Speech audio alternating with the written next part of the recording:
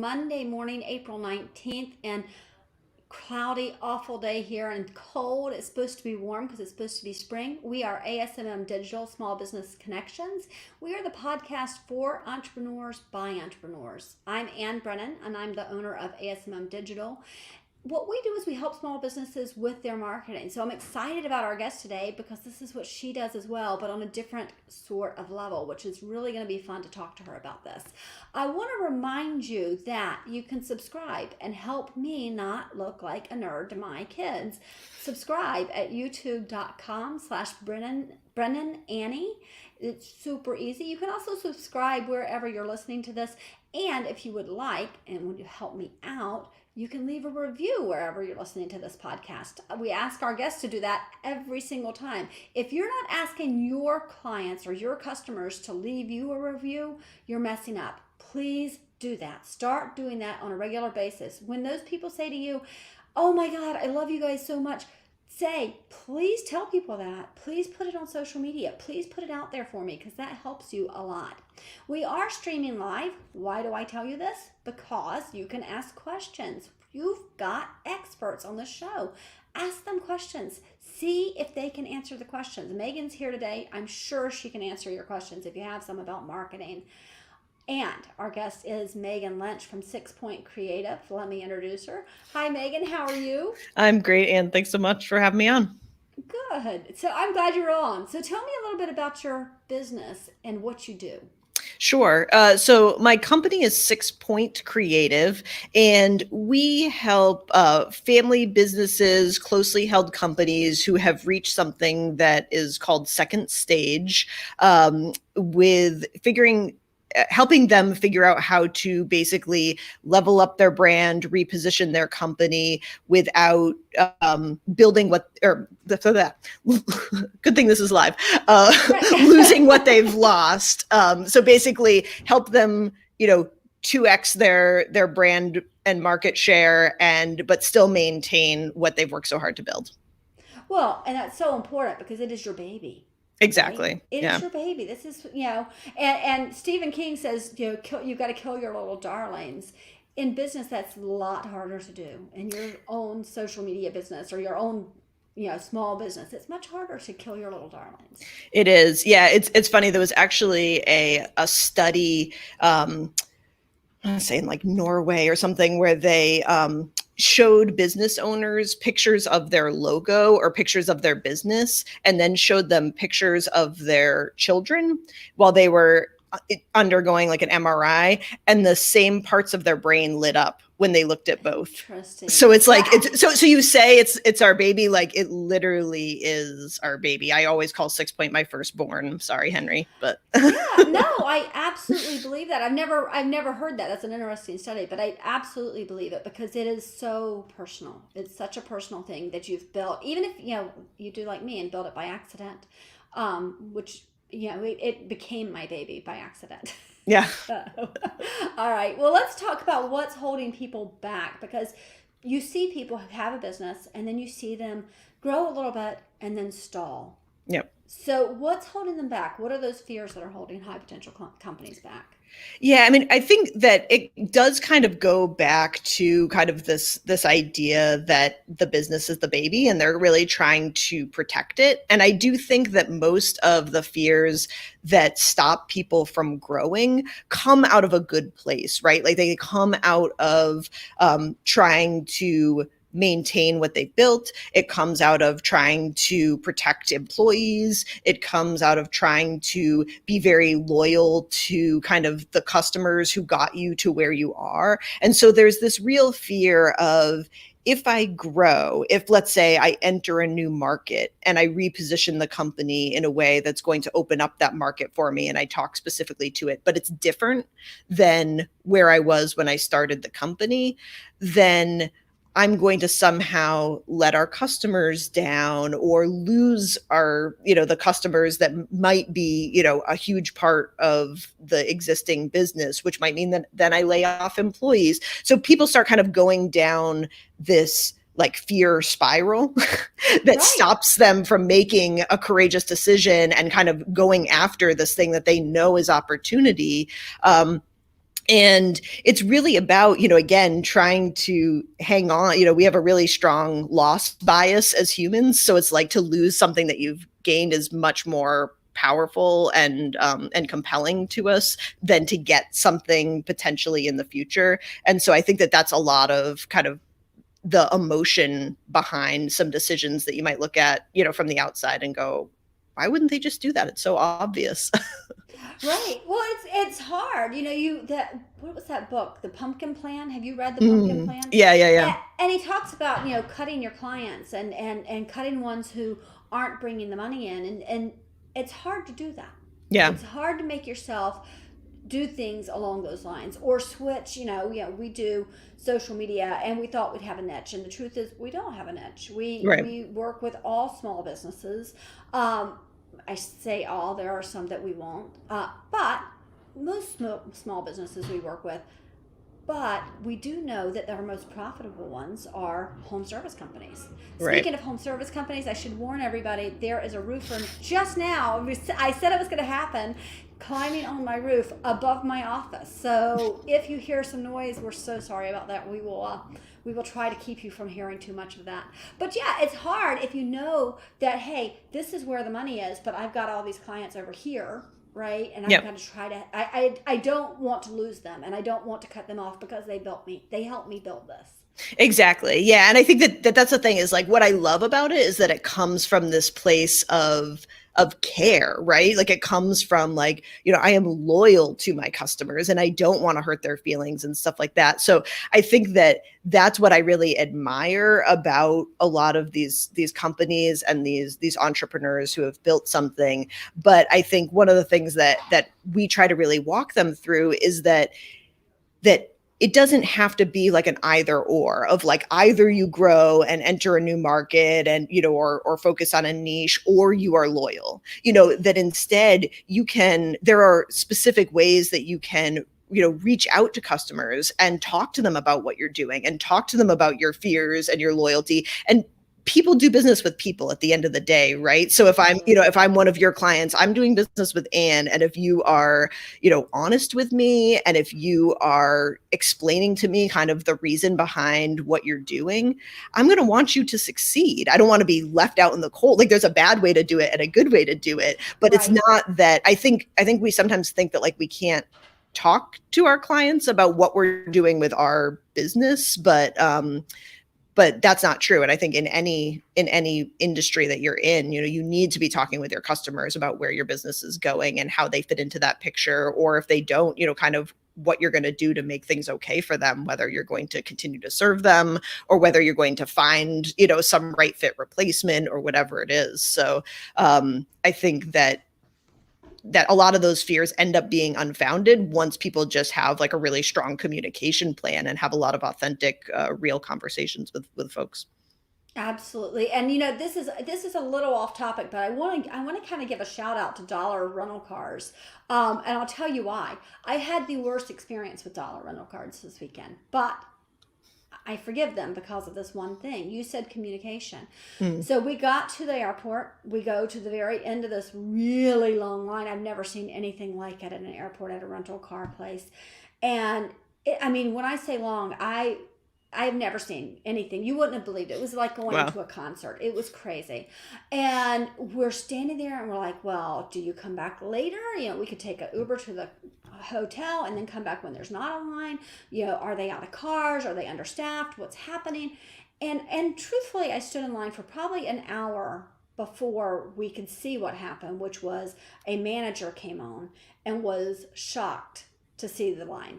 Her staff was there. She didn't know what was happening, and she handled it so well. So this is why I said, even though it was a horrible experience, and we ended up being in line for 3 hours for real, 3 hours to pick up the car.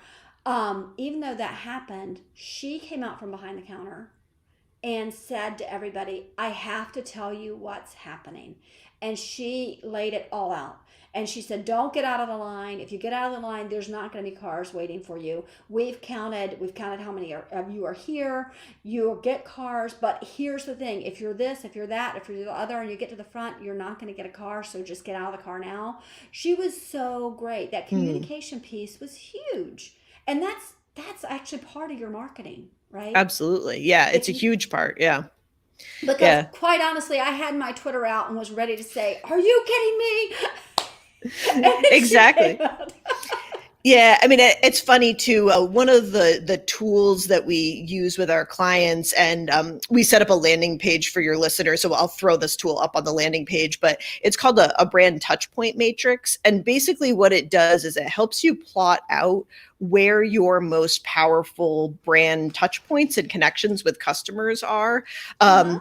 and basically, like in kind of the upper right quadrant is anything that is long lasting and anything that's highly personal. So the more personal it is and the more long lasting, the bigger the touch point. And like your story absolutely like hits that on the head of, number one, you were there for 3 hours. So, we consider Yes. anything more than 5 minutes long. So 3 hours Right. is like their brand is on the line for this for sure. And people are involved, right? She's coming out and personally talking to you and giving you details and being that personal representative of the company. You're there in like, in person in a very personal space, in your car. And so for them, this was a very high value touch point that was either going to make or break that relationship. And Right. and that is exactly what we really emphasize with companies is a lot of the things that we think are marketing are actually on the lower impact of that list, like thinking of, a brochure that somebody's going to read once, will work for years, to craft the language of the brochure just right, but what does our training for our customer service people look like? What does our Exactly. emotional intelligence training look like, for our managers to help them handle that situation? So when we think of brand and kind of brand strategy, we're thinking about it in a very holistic way that takes in especially your people, because, regardless of what business you're in, the people are it. They're your most powerful touch point for sure. They are, and I like that. That was a great segue to brand strategy for for family businesses, right? People think of their brand and they think of their colors and they think of their logo and they forget that it's their core values. They forget Mm. that it's a way they treat a customer. So talk a little bit about how you help people with this. Yeah, so a lot of what we're doing is working with companies in transition. So I'd say about like 80 to 90% of our clients are family businesses, just I think because of this, because they're often dealing with a transition from generation one to generation two, or generation two to generation three.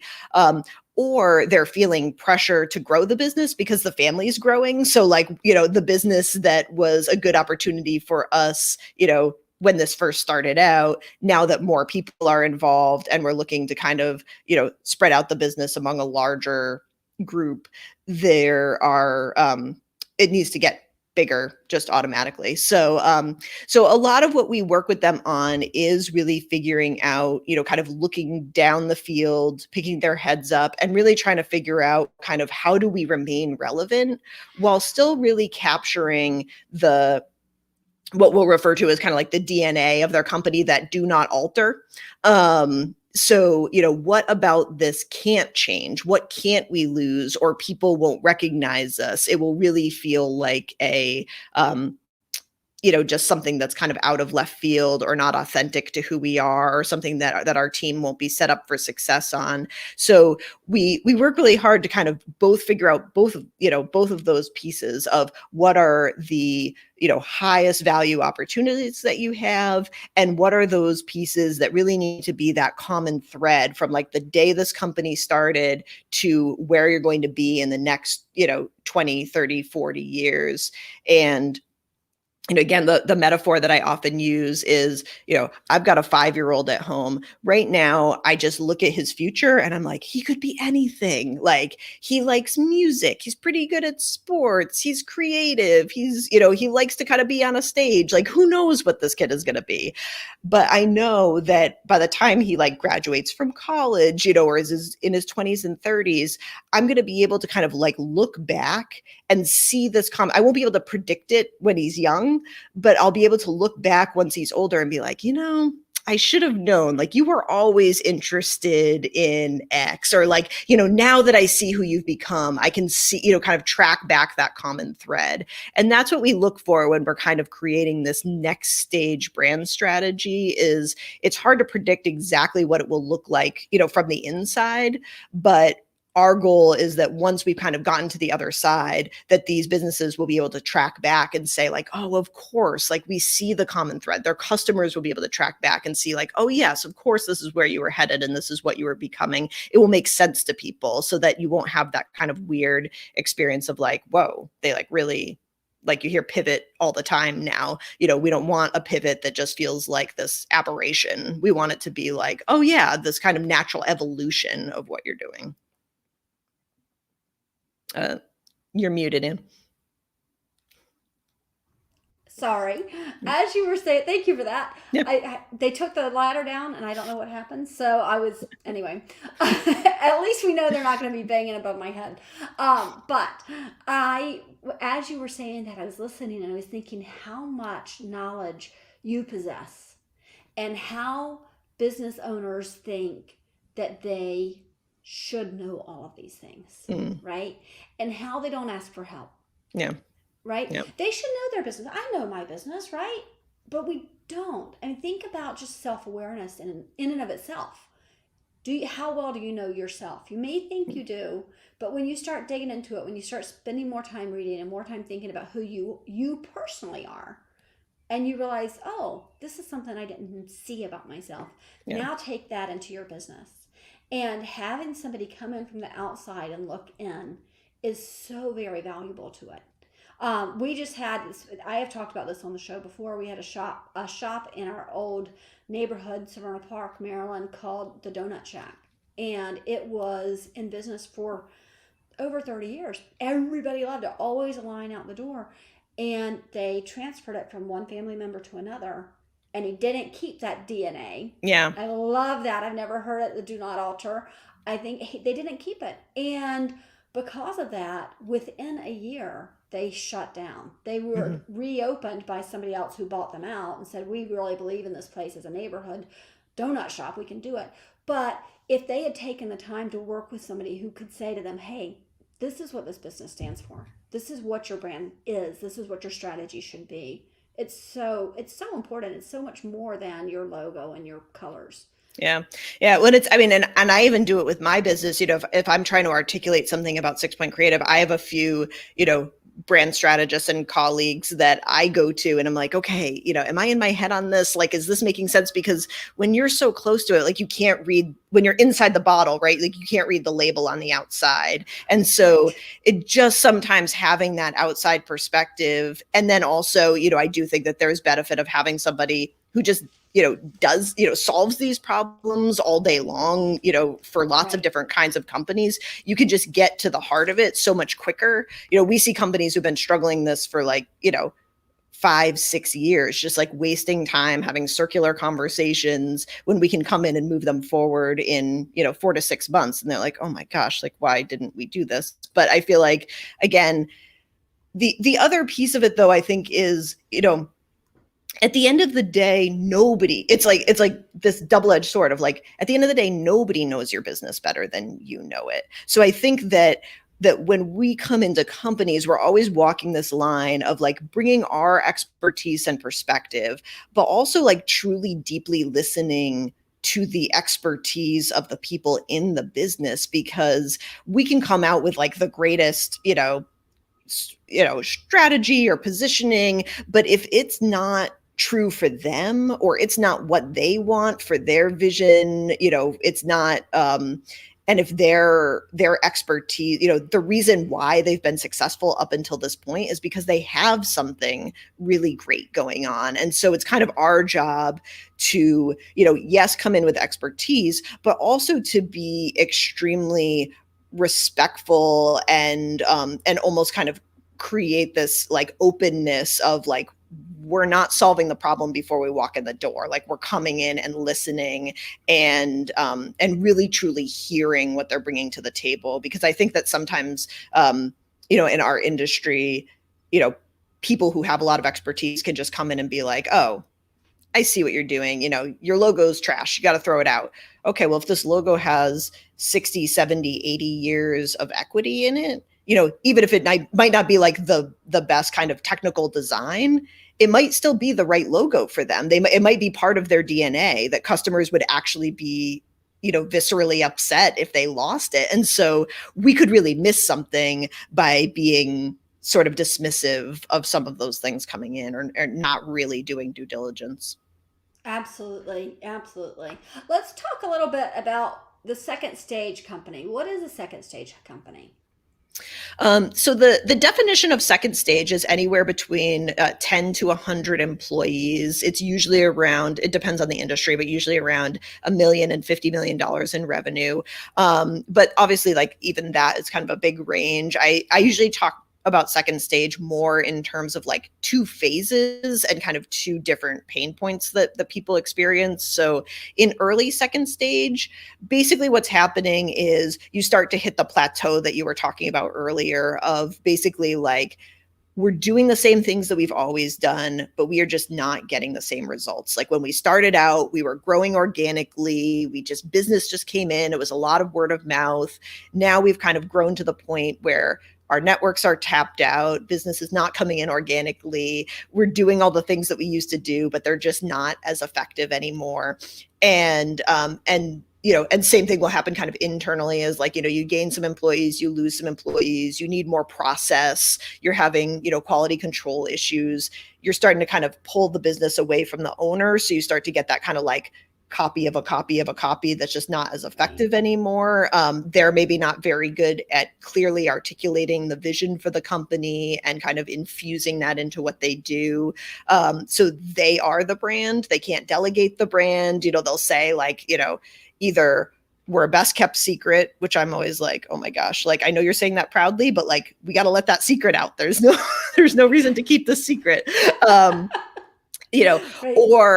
or I can't delegate the marketing. I can't delegate the brand. Every time I do, it just doesn't work. And I think, again, that has been their experience. So it is true to some extent, but it is not a truth. Like, lots of companies delegate brands, lots of companies, scale and build. So it's helping just walk them through like the how, right? The how you go about doing this. Like, I understand that you don't know how to do it yet, but we can teach you how to do it. And then in later second stage, once you're getting to kind of 25, 30, 40 employees, you start to have different kinds of issues. And these become more about, how do we, open new markets? We've got the operations, we've got the capacity. Now we just need to really like, get leads at scale, get business at scale. We've kind of built out the back end, and now we need to really, communicate this to the market.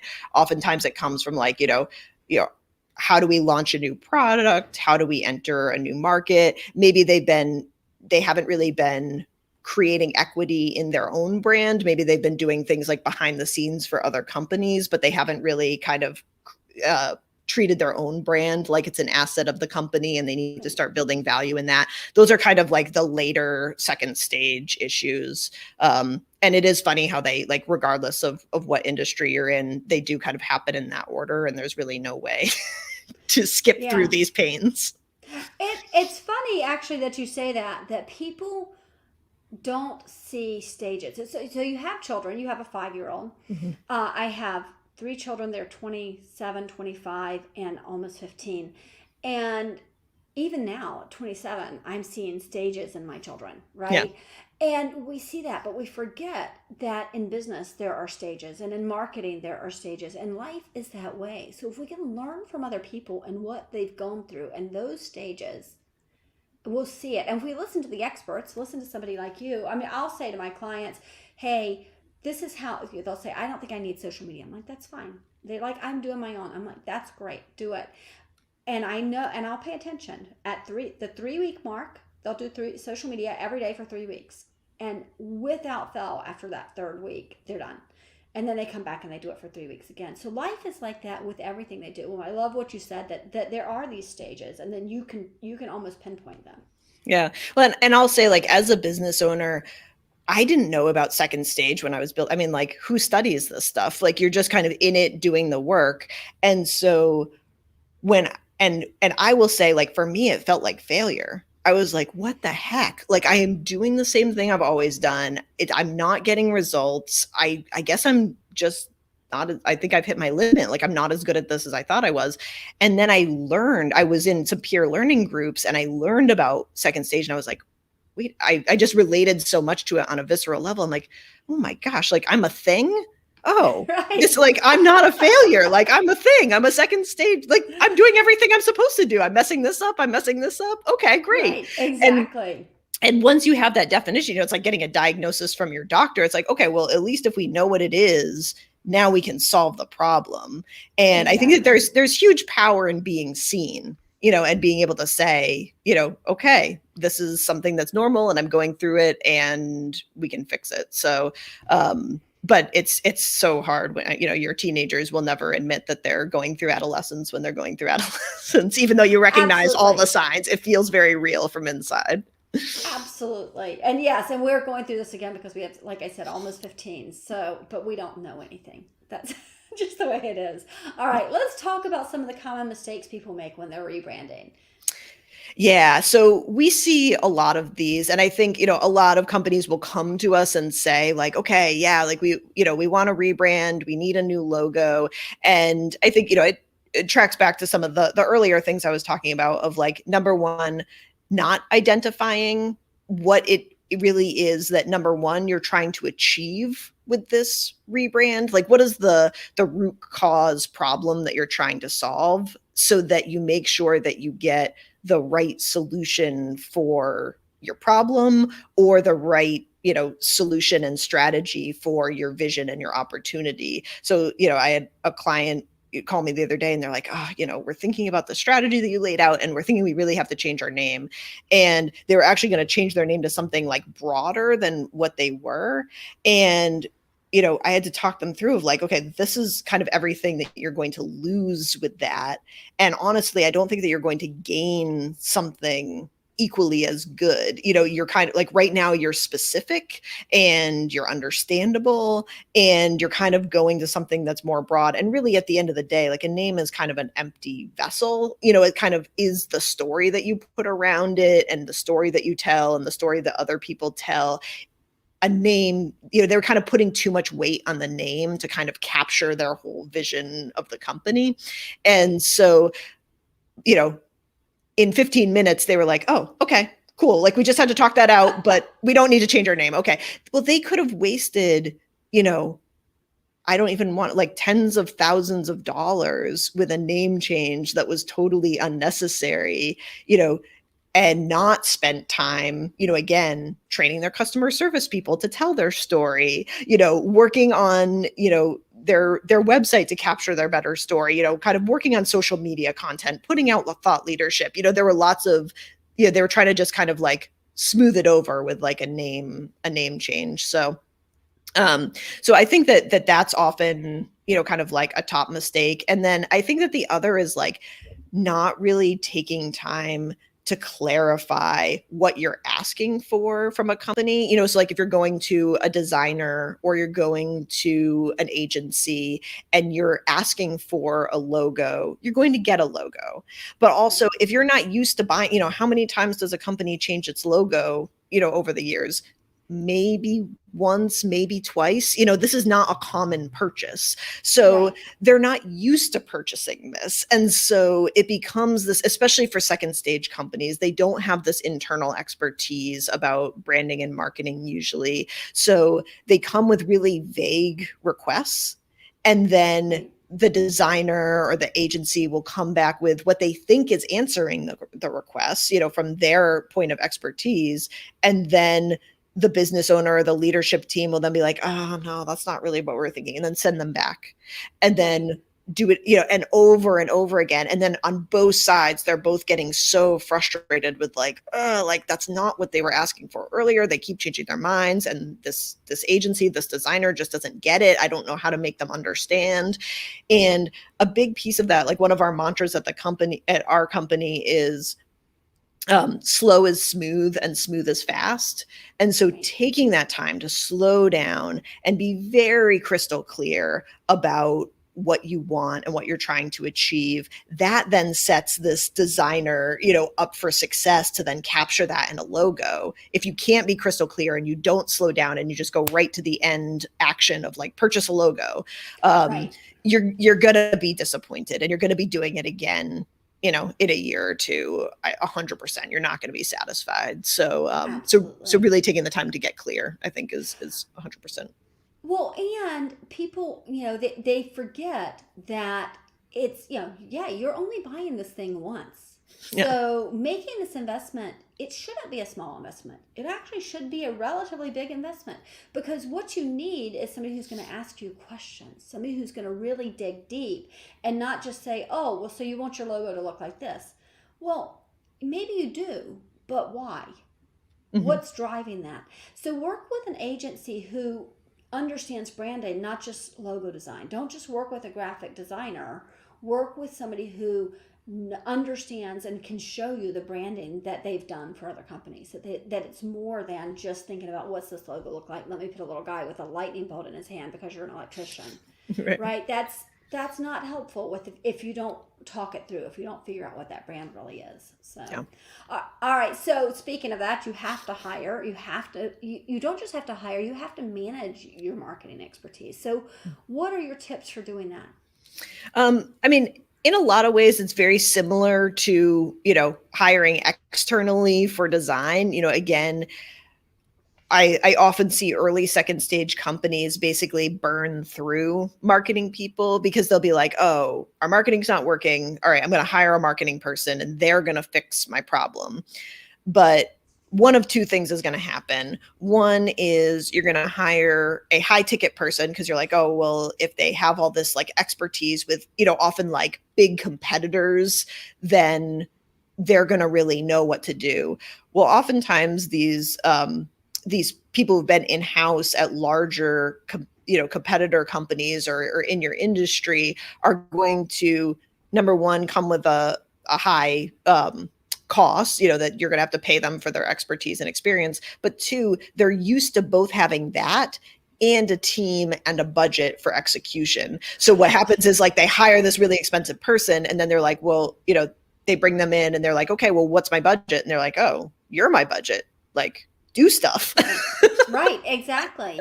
and Exactly. and they don't figure out, like, okay, well, if I hire somebody at $150,000 a year, I'm also going to have to give them, a $250,000 budget. That's not in their calculation at all. Right. And, or they hire kind of like the jack of all trades marketing person who does not have expertise, and they expect that they can just kind of like have them do things without any kind of like strategic oversight or direction or guardrails in place. So they'll be like, okay, you do our social media, you do our content, you handle our website, but they won't really know what success looks like for both of them. Kind of like the person won't know what they're being judged on.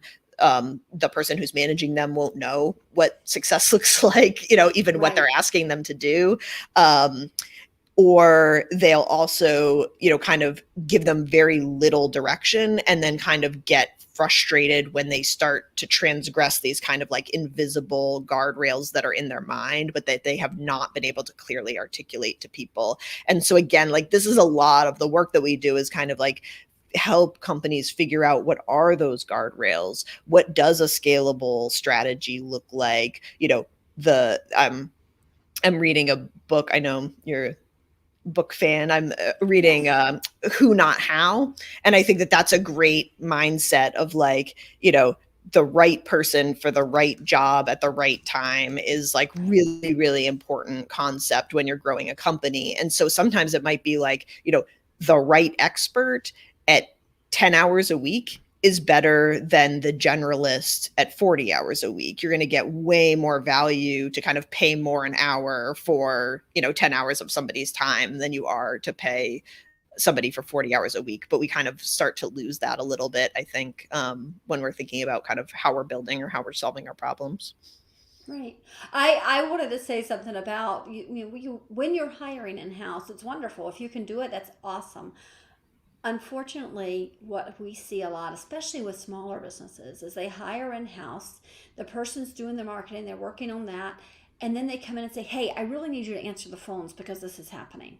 I Right. Yeah. really need you." And they start adding these extra jobs, and because those are all more important than the marketing. Yeah. Whereas if you hire an agency, you hire somebody outside, you know that's what they're doing. You're not going to ask them to do other things within your company. You're going to help have them outside. So there's kind of a combination. I love if you work with somebody who's a consultant who can guide you through that. That's a wonderful way to do it. We do that a lot with companies, and just say, this is the next person you need to hire. This is the next Exactly. group of people you need to work with, because Yeah. it's you. You're not expected to know it all. Yeah. But yeah. Yeah. Well, and I think the other thing that you were hitting on is also kind of like this bias that early stage companies have towards like the people who were the most valuable to us when we started were the people who did exactly that. Like they just saw stuff that needed to happen and they just did it. Like they just moved. And if it was outside their job description, they did it. And if it, took them away from their core responsibilities, they did it. And that was actually a way to add value, in this kind of like startup stage. But when you get to second stage, it's like, you got to where you were by saying yes to everything, and you're going to get to where you need to go by starting to say no. Starting to say like one person, one focus, just get this done. And it starts to become a liability when people are taken off, given multiple, wearing multiple hats or given multiple responsibilities or constantly pulled away from their core focus to do different things. And again, like I say all this stuff from like experience, like I know exactly. Like I've made all of those mistakes. I have totally, sometimes I've hired somebody and given them like literally 3 different jobs. And I'm like, but like, I can't afford them all. So you just need to do them all. And Right. I've just watched them not be set up for success. And so, again, sometimes you just have to make the mistakes and then learn from them. But if you can kind of stop and think it through, it logically makes sense that like, that there's a time and a place for that jack of all trades and those kind of go-getters. And then there's a time and a place for like focus and really expert execution. Absolutely. And it reminds me of, we had Andrew Leonard on from BL Technical a few months back, and he talked about how oftentimes the CEO of the company, in a smaller company, the CEO of the company is the one that the employees call when they're having a computer problem. Yeah. Right? Why are you doing that? You can have a IT. You don't even have to hire an IT professional in the office. You can have a service that does this for you. So why are you personally, as the CEO who should be running and building the business, taking care of that printer that's not connecting? I still remember the moment when I was like, I'm going to hire an IT professional because this is great. Like, why am I doing that? I still remember that moment. It's probably like 8 years ago. And I'm still like, I know exactly that headspace of like, yeah, somehow I am the technical on call. And I'm like, this is not, I don't love doing this. I don't like doing it. I don't even know what I'm doing. Like, right. I want to pay somebody good for at this. It, really. Yeah. Exactly. Yeah. So, all right, let's talk about, you mentioned books and you mentioned Who Not How, which I'm definitely going to look up now. But let's talk about Leading Change by John Cotter. Yeah, so this is one of my favorite books ever. I will say in advance, it is not a fun read. Like it's kind of a textbook, but it's short. But it's definitely like a little bit dense. But basically, John Cotter puts out all of the basics that you need to lead transformational change within your company. And the steps are very important, and it's important that you do each one, that you don't skip over them, and that you also do them in order, right? So the first one is creating a sense of urgency. So an urgency for change in the company and a sense that that we need to change and we need to do it now, and we need to basically do it kind of like for the survival of the company. So oftentimes he uses case studies of companies who are like trying to have change, but everybody like is getting bonuses and has big salaries and has like lots of, things around the office. And so, he would advise, like, if you need people to make change, like, you need to kind of like strip that away, like make it feel like we are bare bones here. And if we don't, Right. if we don't Right. move, turn this ship around, like you're not going to have jobs, like you don't have to threaten people, but like, give a sense of like, we must change behavior because if we do, we will not survive. And that if you can start to create that sense of urgency, then you start to have kind of like a building block for change. If you skip creating that sense of urgency, and people are very resistant to change. So Right. if I don't feel like, upending my day to day or how I'm doing things or the software program I'm using, we talk about like digital transformation and things like that.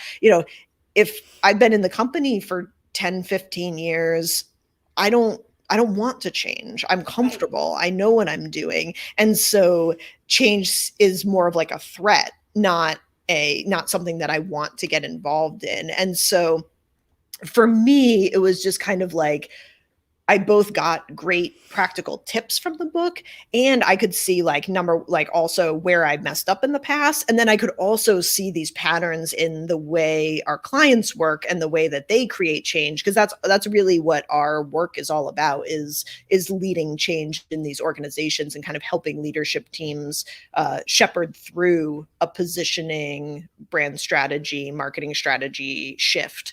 And so it's just been for me just like an awesome book, and one that I will give to any leader who's, trying to accomplish some kind of big change in their company.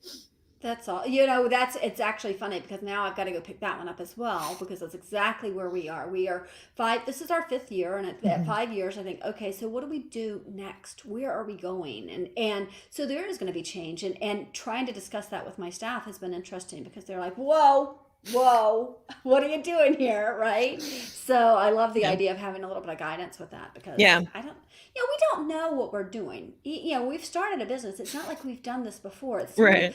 A great way of thinking about it is when you build a website, right? And most people and I shouldn't say most people, a good portion of business owners have tried to build a website. The problem with that is that you build it, and it's not like you're going to go back and build it again tomorrow.